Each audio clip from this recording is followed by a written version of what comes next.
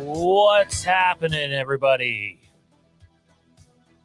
March the 14th, 2023, and we are just under a week removed from the debut. Or a week past, not a week away, a week past the debut of Scream 6. Boy, did I fuck that up. Joining me this morning, I fucked it up again. Joining me tonight, feels like the morning. We're moving, so long hours. It's the host of the Take One podcast, Mr. Mike Bish. What's going on, man? Not a whole lot, man. Excited to be here. Excited to talk some Scream 6, Scream 7. I really don't know why Halloween Ends on here is on the thumbnail, but it's already pissing me the fuck off. But yeah, I'm here. Right? You think you're done with it. You wash your hands of it, and then somehow more Halloween Ends shit comes to light. Halloween Ends. Man, oh man. Wow. How's everybody doing out there? Hopefully you've seen Scream by this point. Because if you haven't, there is a pretty good chance we're going to spoil some of that movie for you tonight. So if you haven't seen the movie, probably not safe for you to be in here unless you don't care about spoilers. And if you have seen the movie, feel free to stay tuned and see what we thought about it in terms of our scores. And I'll say this. In my opinion, the scorecard for tonight is unlike any scorecard we have done yet. So I'm not just saying that. And Mike and I had no communication on our scores whatsoever. So read into that how you will. Dude, how you feeling, man? You got to see it a second time. I have not been that lucky. What do you think? I mean, well, just jumping right into it, man. I loved it.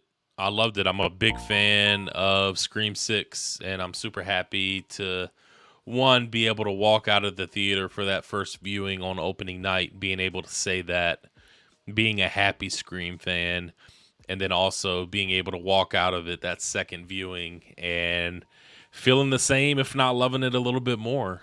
Man, it's an experience, and both times my theater and their reactions were phenomenal. And according to the numbers, people showed up to watch this movie, a horror movie, in mid-March. So, good for the horror genre, whether you like this movie or not. It's really, really good to see. Mike and I have had, full disclosure, Mike and I have had no pre-show tonight. Like, we just haven't had any time. So like this is as raw as it gets. Mike, if you want to pull the box office numbers for us, that would be great. I need to take care of something for a second. Is this patriotic enough for you, Mr. PM? Is that okay? Am I still being Canadian? We good there? You're not going to take our channel down? Anybody who wants to know what that bit's about, just Google Justin Trudeau C11 and see what comes up. What us Canadians are dealing with right now. Might as well be a fucking dictatorship. Pardon me, I don't like to talk politics, but yeah. Anyway, I'm very Canadian. I even have a Canadian sweater right here. So good. I think I'm covered. Mike, box office numbers, dude. Scream 6 brought in $19.5 million on its first day, including $5.7 million in early preview screenings, bringing the weekend total to $44.5 million, being the easily the runaway best opening weekend for a Scream movie of all time. I think the last one was 34, I believe, posted by Scream 3 in 2000. So, man, this is really big for the franchise, really big for horror. and it debuts at number 1, just a weekend off of Creed 3. That had a lot of hype. So good for this movie, good for the horror franchise, and this movie seems to be widely loved by the majority. It's on Rotten Potato. I said Rotten Rotten Potatoes. potatoes. Rotten Rotten. potatoes. I'm actually going to pull that up now because obviously those changed. I looked this morning, but I know for a fact it's certified fresh. It got certified fresh today, sitting at a 77% on the tomato meter, which is obviously the critic side, and a audience high score of 92%, and audience high score by I think at least 10 basis points at least. So now I can't get rotten potatoes out of my head. Potato. It's like, go combat rotten tomatoes with rotten potatoes. Look, the film, whether you liked it or not, has been received well by the Scream fan base. We have a mod here in our chat right now, Mr. Dean Renner, who is not the biggest Scream fan. And I haven't asked him this question. I know he has gotten a chance to see the film. But let me ask you this, Dean, and to anybody else in the chat. You might not have liked the movie, but isn't it nice to see a fan base leave, a movie and or a TV show happy and satisfied than see a fan base leave all pissed off? In my opinion, I prefer the first, and I'm just saying I think the Scream fan base is in a much better headspace today than the Halloween fan base for reasons we'll get to later. But I'm just thrilled for Scream fans, man. 70 million, by the way, worldwide. Strong chance Oh, after wow. 70? 70. Strong chance after this weekend, it will already pass 100. So, that's either right at. Oh, never mind. I'm just overthinking stuff. Never mind. I was gonna say it's right there with Creed 3, but I think Creed was at 100 worldwide. But 70 worldwide, man. Yeah. Wow. It's got a presence overseas this time around. So I know they've lacked sometimes in the past, but hey, they're already at almost $30 million overseas. It's crazy. Good for them. I will say this though, when discussing financials and stuff like that, and I know there's a lot of people, even though she really just kind of left, that want to see Nev Campbell back. And while that may or may not happen, I got to tell you, dude, from my perspective, there is absolutely no pressure on the studio to bring Nev Campbell back when you see it not only being successfully reviewed by critics and fans, but they're also putting their money where their mouths are and going out and seeing the flick. All right, Dean's just being a hater in the comments. Like, come on, man. Dean, you're a hater, man. Come on, that's every fan base, dude. That is every fan base. I saw it with Halloween Ends. There were people that did the exact same thing. It wasn't supposed to be that way. You're getting ahead. Yeah. Get ahead. Anyway, I just saw his comment, and that's every fan base, dude. I mean, I know he's a part of this certain group that just goes overboard. I had to leave that group, as big of a Scream fan as I am, because I'm not naming any names, but yeah, I mean, I agree. When you're a part of that and you see that all the time, I mean, yeah, that's for anything. Like, I've had to leave Philadelphia Eagles groups because of people just not. I mean, it just have you just have people that don't want to leave off of anything. But yeah, man, I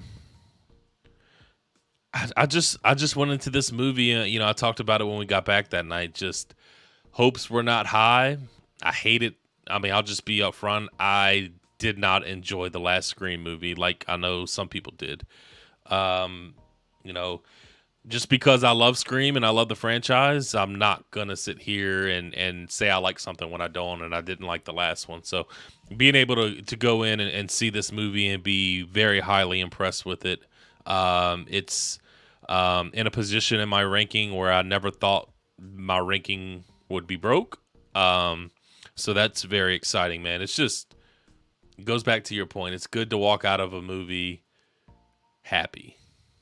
Yeah, which seems like it's a much harder thing to do these days. And it shouldn't be, right? Like, We should be able to pay and go see a movie and maybe not think it's capable of winning an Academy Award or anything like that, but in general, be satisfied and be happy.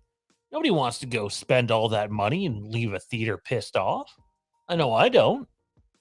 Um, Also, by the way, if you want more of Mike Bish, and who doesn't, tomorrow, Mike, tell them what he got. Yeah, tomorrow we're doing a Scream movie live review, or Scream 6, obviously, live review. It'll be a panel of us over on the Take One Podcast YouTube channel. Just search Michael Bish or the Take One Podcast, and it should pop right up. That'll be 8 p.m. Eastern tomorrow. Please like, subscribe, and follow, and come join the conversation. That's the best part, is when you guys are engaged, and nobody does it better than people of Fandom Empire here. So head on over 8 p.m. tomorrow night, and we'll be talking some more Scream 6. I expect Dean Renner to be running that. So Yeah, Dean will be there with his popcorn, just waiting for you to talk about his favorite movie. with Scream 2 in the background. Hey! Now let's not hate on Scream 2. Come on. I love Scream 2. It's a good movie, so I expect Dean to hate it. Oh. Just messing with you, buddy. I love you, man. I don't know. What's your favorite Scream movie, man? If you say 4, why don't you get the hell out? I'm curious. I'm assuming you're just gonna say the OG. Listen, man. You know what's actually crazy, and I love this. It's not my favorite movie. I don't enjoy it much, but Scream 4 is widely loved by a lot of people. Like, I'm seeing a lot of rankings with Scream 4 in people's top 3. Again, it's not one of my favorites, but man, that's kind of cool to see. By the way, we are going to engage with the chat tonight, so definitely stay active. Feel free to just put your thoughts in there about the Scream franchise, Scream 6, what you want for Scream 7. I'll apologize ahead of time for my Halloween Ends rant coming up a little bit later. But yeah, participate, and we'll get you involved. And always, if you want to support the channel on another level, you can always send in a super chat, which Google will take God knows how much now. Or you can join us over on Patreon, patreon.com/Fandom Empire. Loomis ranking coming out this weekend. A little late getting to that. We're trying to pack and get the hell out of here. And then another episode of Lampkin Lane coming a little later this month, and might be a rather unique setting for that one. Won't be in a studio, so watch out for that one. Also, without further ado, sponsors for the show. Christy_78. If you want to get work done on a Myers mask, whether it's something you already own or you want to purchase another one, I know Chris has ability to get a hold of some of them too. Awesome dude. Check it out. Instagram, Twitter, Christy_78. Also, our man, Jesse, Bunce Force Trauma, Tasty Treat Master at yahoo.com, soundcloud.com/Bunce Force Trauma, and Facebook /Bunce Force Trauma. And Jason Nike, our dude over at Backtrack Cinema. I don't have the thumbnail here with me, but he just did a top, I think it's top 10. I don't think it's top 100, but a top 10 movies from 1986 that I'm actually dying to check out. I'm curious when you get to 1988, though, dude, if you're going to put Halloween 4 on the list. We'll find out if Jason watched this video soon enough. Anyways, Mike, are you going to see it a third time, man? I don't know. I'm thinking about it. It'd be the first time it's the first time I saw a movie twice since No Way Home, I think. So I don't do that often. And I have I have a Regal Movie Pass, which is our theater up here. I pay like $20 a month and I can go whenever I want to. So I try to take advantage of it, but I'm not going to go see a movie twice if, obviously I don't enjoy it. But no movie has really kind of got me to that point here recently. I've seen movies that I enjoyed, but I will say this. The next day, like we got on here and we talked about Scream 6 that the night of when we got back that Thursday. That next day, man, I was just thinking about it, and I was thinking about certain scenes, like, and how bad I really wanted to see them. Like, I don't know, man. It's just, it really works for me, and I think that I will end up going to see it a third time. I really do think so.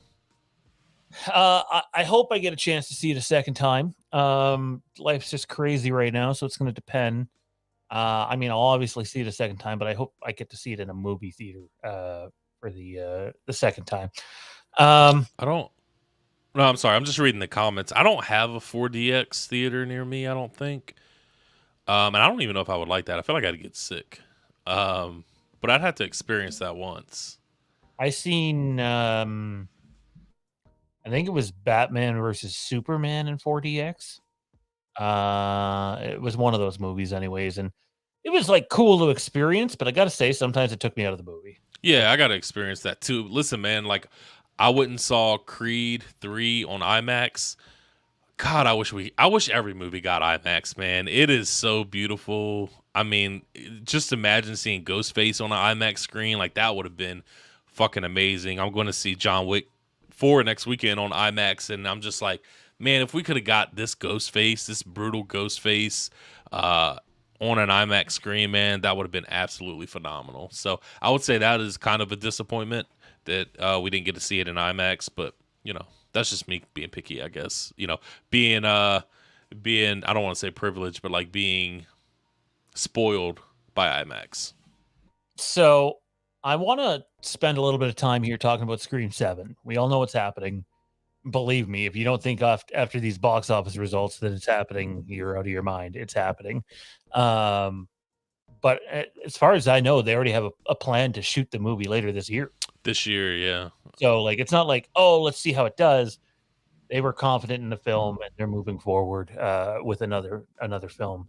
I know Jenna Ortega's shooting Wednesday season 2 later this year too, so they're gonna have all that's gonna have to be worked out. That'll be interesting to see how that works, and I'll be interested to see. I think my biggest thing for Scream 7 is where are they going to film this at? Are they, what's their next step? Are they going to try to go bigger? Or are they going to try to go back to that small town vibe?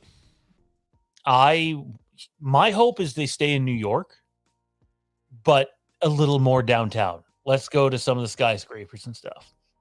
Hard to film there, so you got to get some stuff that passes for it, just like they did using Quebec for parts of New York. Jenna Ortega is going to become very busy here. She sounds like she's getting ready to sign on for the Beetlejuice sequel, and that's going to be pretty big production. It's going to chew up quite a bit of her time. So if I'm Scream, I would make the most out of this next one with her, because I don't know if you'll get a fourth. Yeah, no, I agree. No, I agree. I agree with that. She's gonna be getting really busy here soon. So, again, we're talking spoilers here for Scream 6 while discussing Scream 7.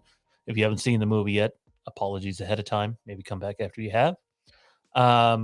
Dude, I think I used to roll my eyes when I hear talk about this all the time, but I feel like there's enough proof between what we got in Scream 6 and now the directors and the studio flat out coming out and addressing this topic too.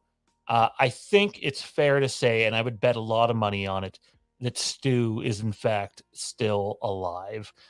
When you have one of your studio heads and the directors come out while doing media for the movie after it's already been out, and they flat out say, no, Stu's definitely on the table. Nothing's impossible at this point. Like that, they're black and white telling you maybe it won't be in 7, but he's coming. Make no mistake about it. Well, I got a couple questions for you, opinion wise. Obviously, this movie did absolutely phenomenal, so we know we're getting a 7.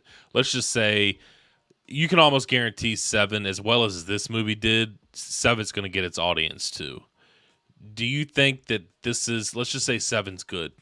Do you think they try to keep pushing, or do you think they'll stop with those kind of what we've been seeing with these remakes, 3 films and then you're done with these group of actors and maybe these group of creators? Because I think that plays a big factor as well, as far as the whole Nev Stu thing.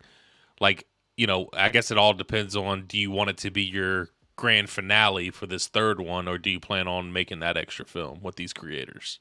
Well, the creators actually were asked that question this week. I don't have the interview handy, and it's from like a big place. It's not like mom and pop's, corner podcast or something. I saw what you were talking about, because they touched on the Nev thing too. Yeah, they flat out. See, I didn't see the Nev thing, so I wouldn't mind hearing what they had to say on that. But They flat out said, hey, if they're making money and there's interest, then we're going to keep doing them. I would say this, though. I have a hunch 7 might be it for the characters that involve like Sidney Prescott and all that. And I could see 8 being a fresh start with new characters. And you might say, well, you already have that, but all these new characters carry some sort of baggage from the old characters and connect to the old characters in some way. Where if you're going to start fresh with 8 or just some sort of other subtitle to it, I think they've seen the proof in 6 that, oh, hey, as long as we have a cast that can actually act and has some chemistry and the directors do their job and the writing's okay, people are going to still show up to see Ghostface kill people regardless of who's involved in it. No, I agree. I agree with that 100%. Very good take. But yeah, Stu, do you think he comes back in 7? Because they certainly seem to be rolling out the welcome mat. And on our immediate review, I made the prediction. I think Sam has been teased to go full dark for 2 movies now. Why not have Sam go full dark with the movie Stu's in? And you almost get like a Stu and Billy reunion. And if you're going to do that, though, to me, that's got to be the end of the Prescott line anyway. Yeah, I think so. I think they do bring. Well, for one, I do think they bring Nev back. Obviously, she has to be on board. But from what I heard, from what Nev has said, and what from these creators and writers have said, their relationship is very, very good. So being able to have that relationship with them gives you that possibility of coming back for a 7. Now with Nev and whoever pays Nev, which I would assume is the studio, that was probably a whole different story. But as long as you have some type of positive in there, there's always a chance, right? So I do think that that's a chance. And I think if you bring Nev back, I don't want to say you have to bring Stu back, but I just think it makes sense. And you can call it predictable, whatever you want to call it. I just think that would be something that would be really, really good for the franchise. I think everybody that loves this franchise is a big fan of Stu. I think they can twist this to make it really, really work in a really good way, and have really good reveals. And can you just imagine the reveal of Stu in a movie theater? Like, that would be so phenomenal to see.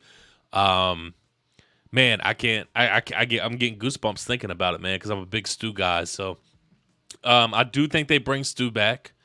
And then I don't know what they're gonna do with Sam. They are obviously teasing her to go super dark. But it seems like every time it gets to that moment of she's gonna fully turn, just like at the end where she has the mask, she kind of drops it, where I thought she was probably gonna take the mask with her. So I don't know what they're going to do as far as with Sam, whether they're going to keep toting that line or if they're going to fully make her heel. But when it comes, or turn, I should say. But when it comes to Stu, I think that's something that they should definitely do. Yeah, I think they're quietly, well, maybe not so quietly, but they've been laying the groundwork for it. The thing that would like kill me though is like, hey, let's bring Stu back and turn Sam in 7 and then do another movie that's a sequel immediately to 7. I think it would cheapen the return of that. Like, because to me, if you're bringing Stu back, you're signifying full circle all the way back to 1996. I agree. I agree. And to me, imagine having Sydney come back and wherever because you can say if that happens, Sydney, Stu, and Sam, they're all going to be in one room together at some point. Can you imagine those two together all at once? I mean, because basically you got Billy's bloodline, you got Sydney, and you got Stu. Really the ones who kind of started it all, right? I mean, that would be really, really good. But I agree with you. It definitely, if that happens, it has to be the end. Yeah, like to me, the worst thing you can do is cheapen those moments. And there's so many movies and TV shows that do, in fact, cheapen those moments. So, question, I'm going to ask the chat this. We won't get to your answers on this one for a little bit because we're going to start reading the other chat questions. But do you think, not do you want, do you think Stu is back for Scream 7? Let us know in the comment section down below if you're watching after the fact, or in the live chat if you're watching right now. See what people are saying in the chat, man. There's a lot going on. Entertainment Wizard says he won't trust Rotten Tomatoes. Listen, man, I if you haven't checked out the Rotten Potatoes website, do so now. Do so now. If you actually do check it out, I have no idea what it is, and hopefully it's something not bad. So,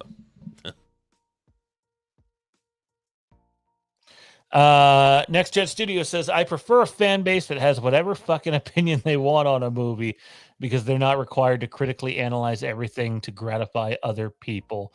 Yeah, man, the worst thing you can do, and I know I've been in this position before too, and it's hard not to get into that position at times, is forget to enjoy the movie when you're seeing it.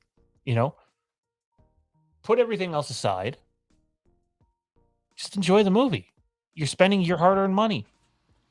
Forget, how the stuff that Mike and I are going to talk about tonight and rank tonight, is. I know I wasn't thinking about that as I was watching the movie. I was just watching the movie to watch the movie. And I waited a week, and now I'm thinking back on that stuff. I think one of the things that I did when I went into Halloween Ends, obviously we knew, Shawn, what was going to happen in that movie, so we knew the big twists and turns that was going to take, and we felt however we felt going into it, but going into that movie, whether I knew what was going to happen or not, like I've always kind of had a big problem when it came to movies and franchises that I love, really critiquing every little thing when I'm in the movie and not really enjoying what's on the TV screen. And that's something that I've really worked on trying to fix. And obviously having a podcast of my own, being on Fandom Empire, discussing all this with you. I won't want to say it's a job, but I would say it's a responsibility to, critique things and give you what I like and what I don't like. But I just felt like sometimes I was just being way too harsh. And one of my good friends, her name's Discount Final Girl. Her name's Jess over on Instagram. She said it best on her YouTube video. And this is something that I've tried to do as well. For me personally, or for whatever it works for you, like for me, Scream, the original, that will always be a holy grail for me, personally. So I don't ever want to, like, Scream 6, what I just saw could have been a 6 out of 6. I loved everything they did, but in my heart, Scream, that first original Scream, will always be number one for me. And I have to do a better job of trying not to compare it to that first movie, because I know in my heart and in my mind, no matter what this movie does, it's not going to change my opinion on that. It's just, it is what it is. So I've tried to learn to not judge it based off that situation, and it's worked out a lot better for me, man. I've been able to enjoy a lot of things a lot more. It's just, I know it's a hard thing to do. It's a very hard thing to do because you want that. You want that magic. You want that magic, and you want that magic of that original Scream. You want that feeling you got from that original Scream or whatever movie it is for you. But let's be honest, you're never going to get that again, and that's okay, because that's what makes The Shining so iconic. Like, that magic every time you watch it. Like, that's what makes it iconic, and what makes it, your number whatever. So, it's just always going to be like that. Dean says Scream 4 is gaining a cult fan base. Is this a big thing that's going around? Listen, I'll tell you this. I'm on Letterboxd, so that's like where you review movies and stuff like that. I'll tell you what, I see a lot of rankings with Scream 4 being in people's top 3. I can't tell you how many rankings I saw this weekend with the original Scream, like towards like 5 or like fourth or fifth. And listen, I'm not clowning anybody for that. I think whatever you love, you love. It's just it just goes to show that people have different opinions. But yes, as far as Scream 4, man, that's in a lot of people's top 3.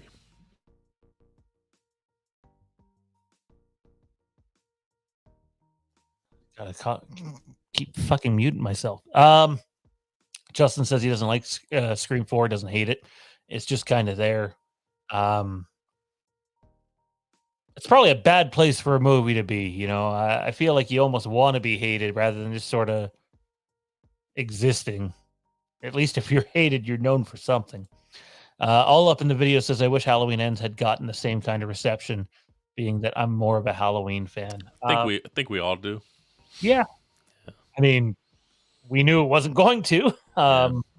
This feels like an appropriate place to maybe break into that. So say what you will about the Scream franchise. But you know what they didn't do, Mike, with the last 2 movies?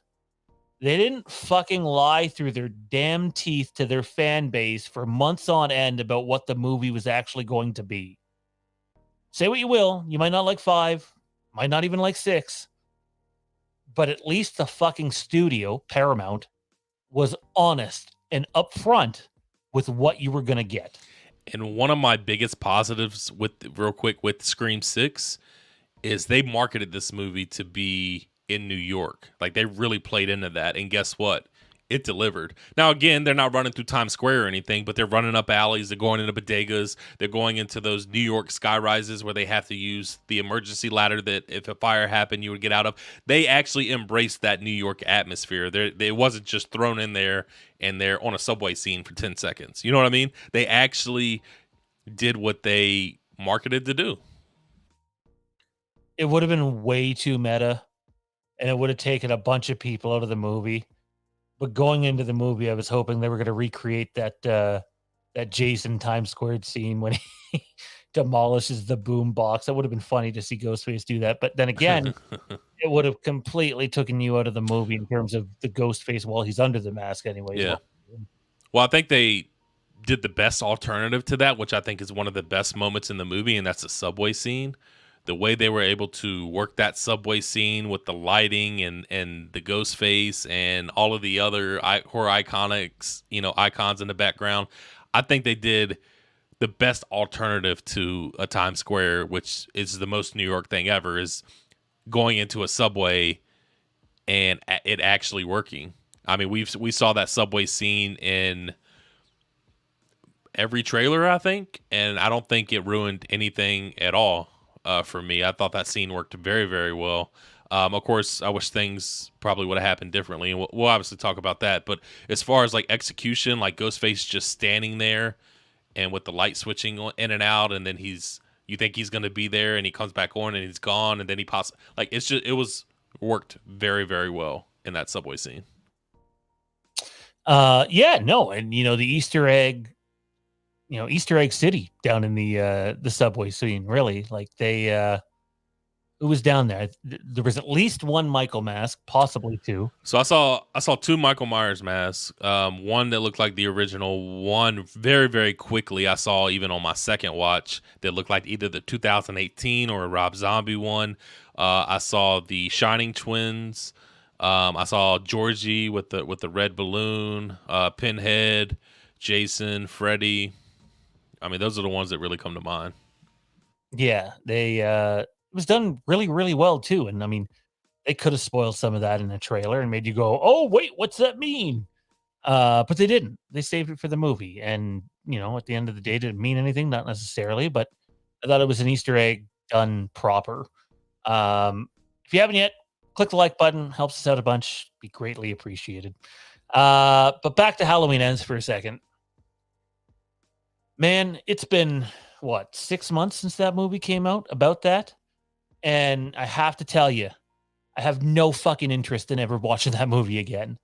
Like, I know that we knew what was coming, and a bunch of other people did too. And that's not my problem. My problem's not, Corey Cunningham in the movie. I forget the actor's name, but the guy did a fantastic fucking job playing him. Rohan Campbell. Rohan Campbell. Yeah, like there's nothing wrong with the performance at all. The guy is excellent. It's a well acted movie. But the thing I cannot get across or get past, pardon me, is a studio blatantly lying to its fan base. And for us, we knew, but for the average moviegoer who goes to that movie and gets whatever the fuck that mess was that they got, yeah, there's a lot of people pissed off. A lot of people that don't care if the franchise does anything else. They definitely are, but you burn bridges that way. And you think David Gordon Green gives a shit? Fuck no. He just finished wrapping The Exorcist. He's already moved on. He's done. It's the studio, or pardon me, it's Maleka Cad now who's stuck picking the pieces and deciding where to go next. And I like it. It kills me, man, because we hear about studio interference all the time on movies. And I'm not saying it was the studio this time around, but I am saying it really, really fucked the fan base and put them into it did no favors to anybody. You go into every fucking Halloween group and there's still people wanting to claw each other's throats out because they have different opinions on the movie. At the end of the day, the one thing that is not disputable is they blatantly fucking lied in their marketing for months. Perfectly said.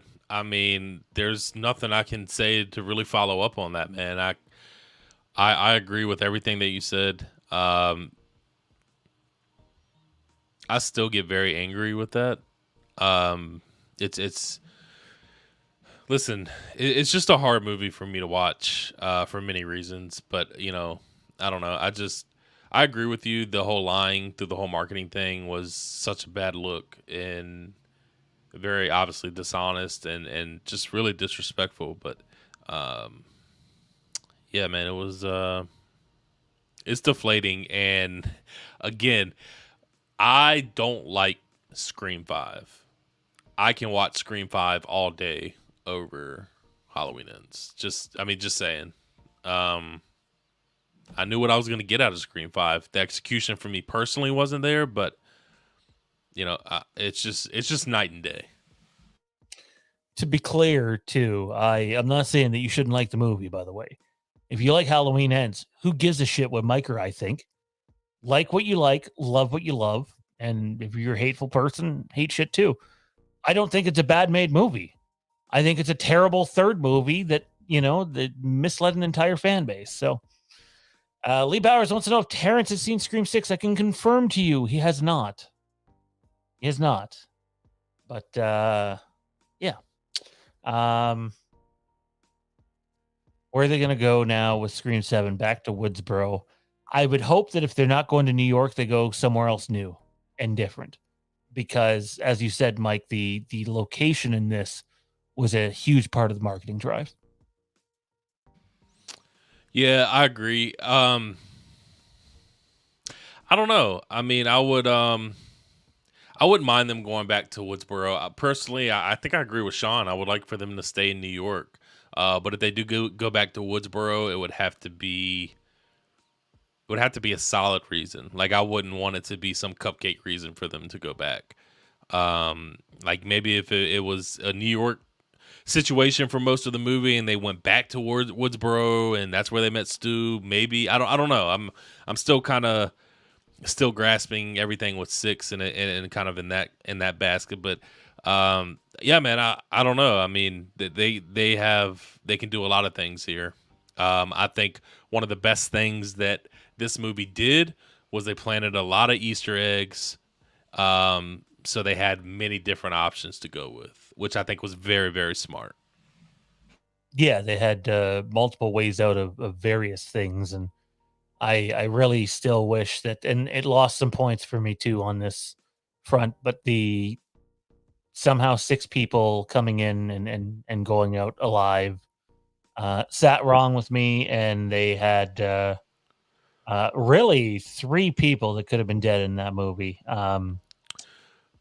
Kirby and oh my God, Chad, Gail. So and for me, really, all 4 could have been dead. Should have been dead probably. So for me personally, it seems like they're giving Chad the Dewey treatment where he gets stabbed just 97 million times and still survives. I will say the difference between those two is Chad got fucked up in this movie. He got stabbed a lot.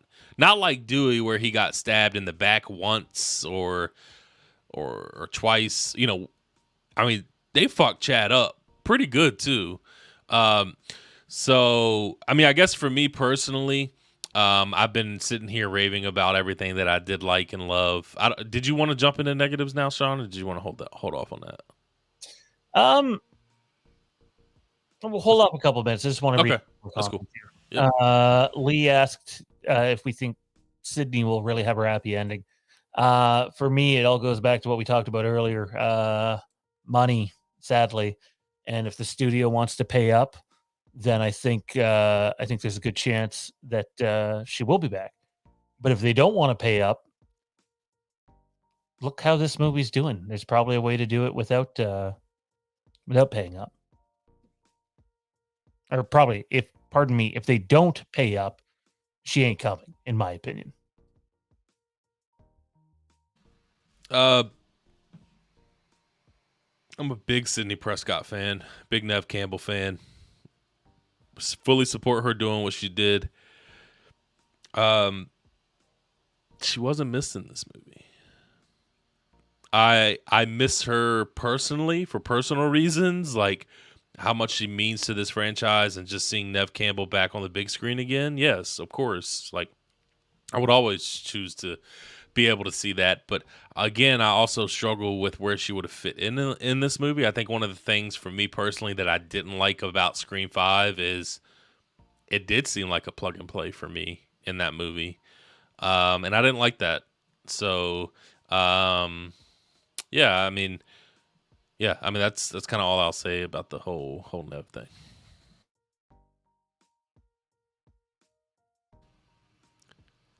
You're muted.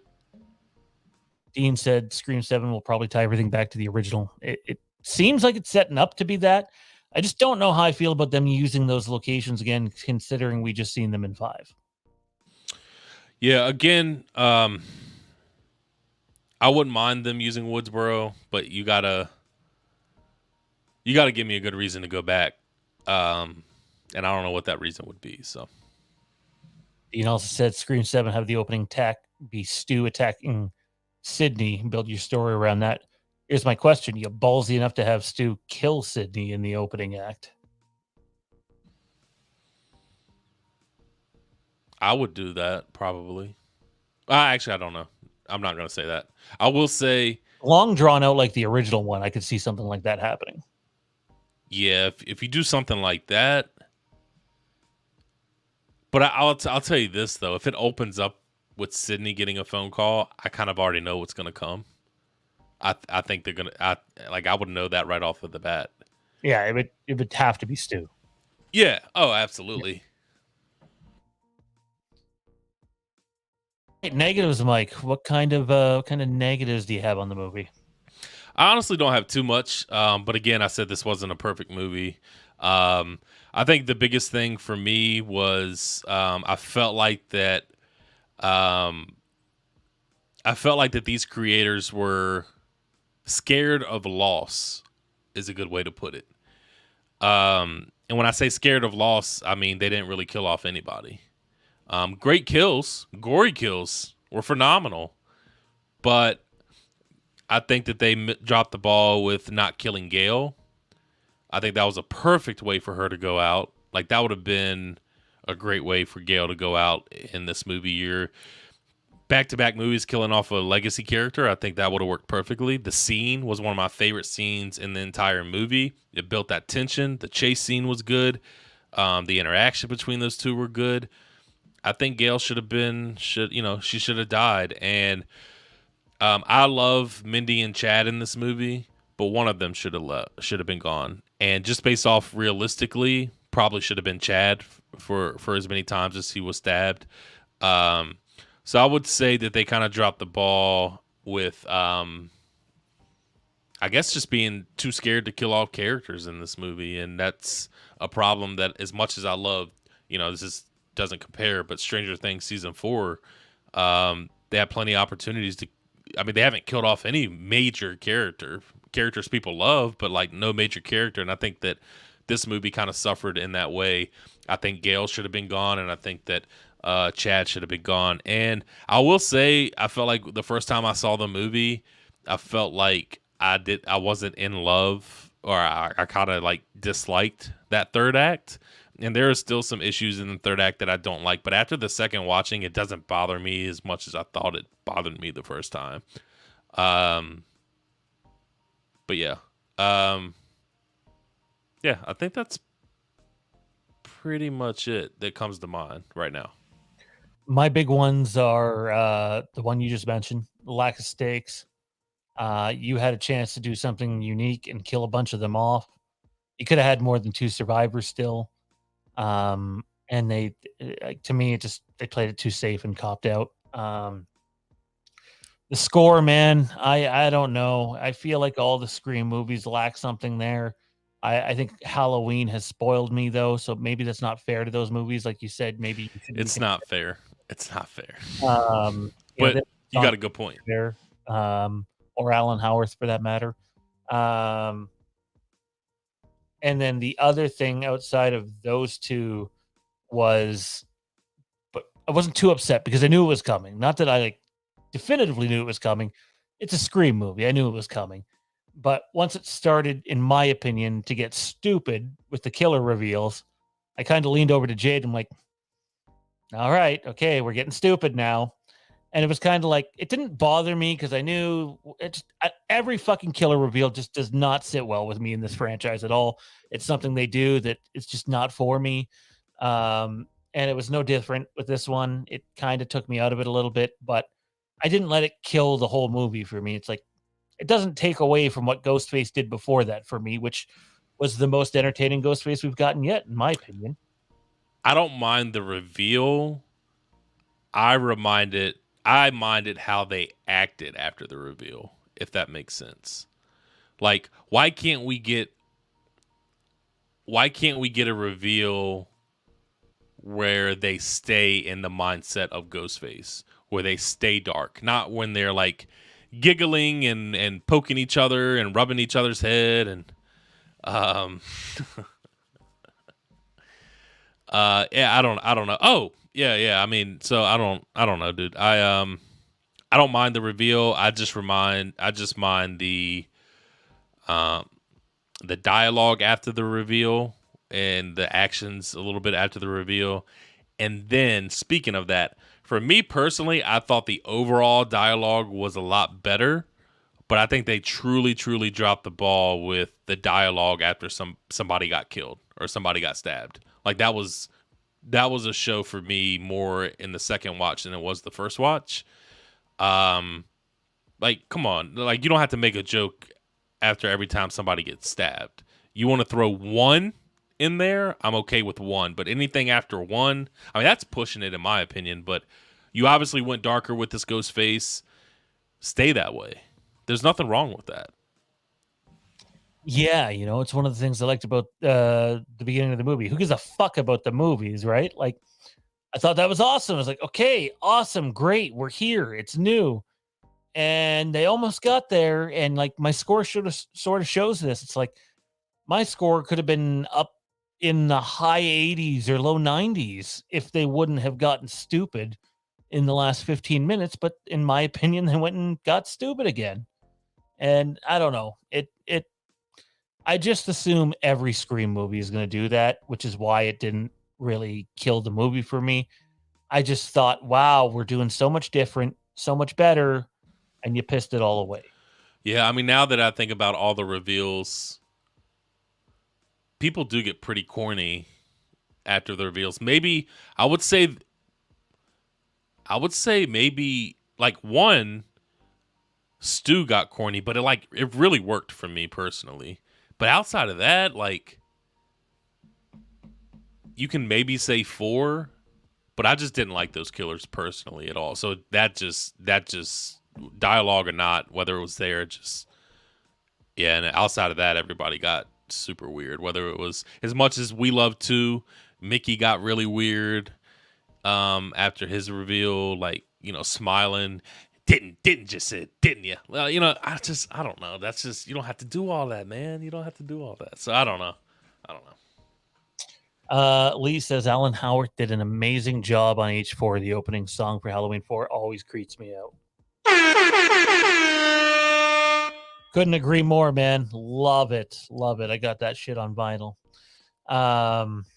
Also, tune in next week. We're going to give some shit away. So be on the lookout for that. We got a couple of posters. One of them is actually that poster right behind Mike's right shoulder. Not his. But I was about to say, I ain't giving shit away. I think that's your left shoulder, Mike, I think, unless you got your camera on reverse. There you go. The Halloween 78 poster. We're going to give one of those away. So, and it is a 24 by 36 one. So we're talking full movie poster.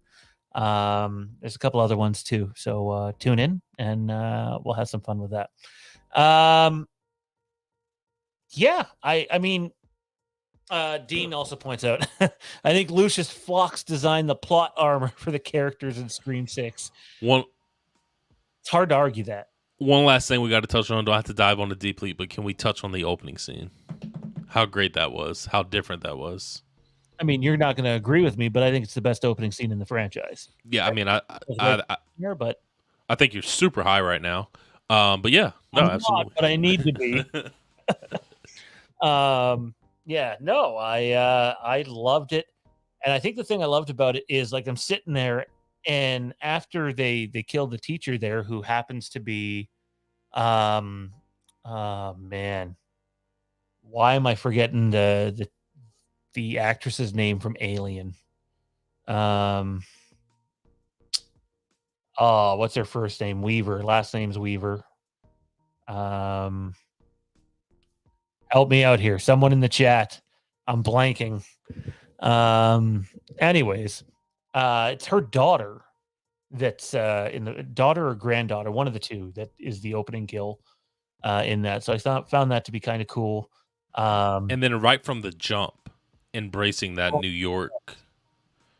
Yeah, gotcha. And right from the jump, already embracing that New York atmosphere, bringing her down a dark alley. Really good.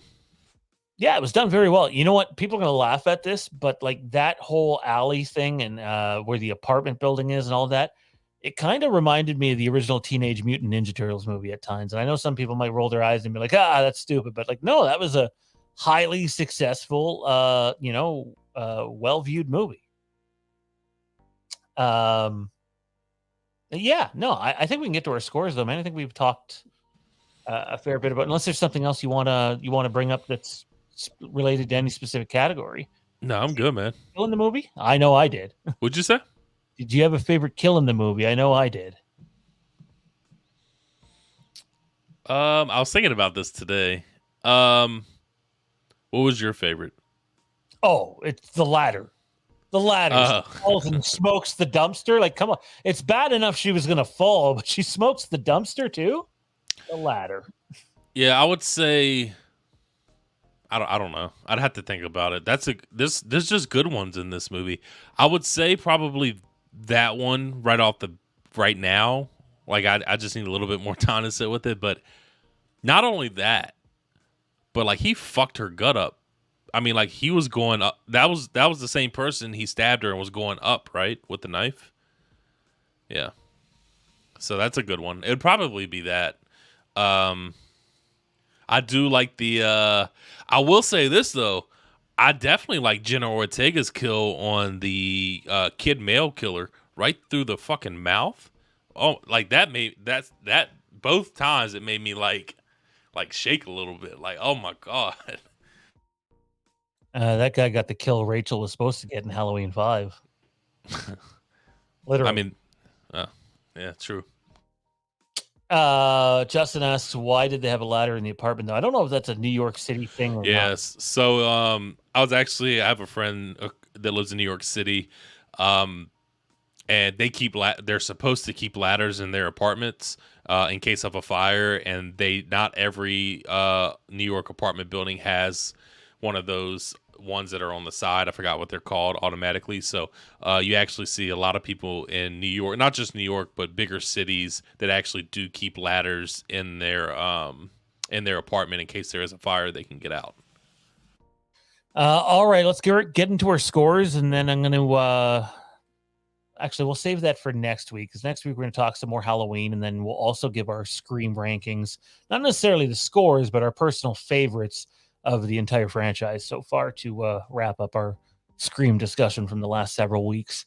But let's dive into the scores here. Here they are. Mike gave story and pacing an 8.5, as did I. Acting, 8.5 from both of us. The cinematography was an 8 from me and an 8.5 from Mike. The writing and directing was a 7.5 from Mike and an 8 from me. And the sound and score was a 7 from Mike and a 7.5 for me. Unless I got those confused. I see you giving a look right now in the green room. Did you? No, I'm just looking at the scores, and I think my math is right. Go ahead and reveal the overall scores. Here they are. Interesting. Did we make a boo-boo somewhere? No. I don't think so. My score might be higher after a third watch. 80% for Mike, 81% for me, which gives the Overlook Drive-In an 80.5% for Scream 6. Yeah, at the end of the day, man, the new movie's 80%, combined from the both of us. I think it could have been closer to 90 if they didn't make some of those decisions at the end. But at the end of the day, I'm pretty happy with the movie we got. But I am not, in my opinion, anyways, I'm not blind enough to not admit that it has its issues. Yeah, of course, absolutely. I mean, we named off a couple already, and I'll tell you what: if Gail would have died, they would have killed Mindy or Chad. I think my score would probably be a 9 out of 10. Seriously. Justin sends in his $10 super chat. Thanks, man. He says they wrote decently for 3 characters. Mindy was exposition and should have died. They don't know what to do with legacy characters, afraid of killing off anyone of importance. Gail was done dirty. I got to tell you, man, I don't think I disagree. And I'm not saying this because you donated $10 either. I don't think I disagree with you. I think that they showed in 5 that they were unsure what to do with Sydney. And in 6, I thought they had Gail right. And then me too, completely fucked it up.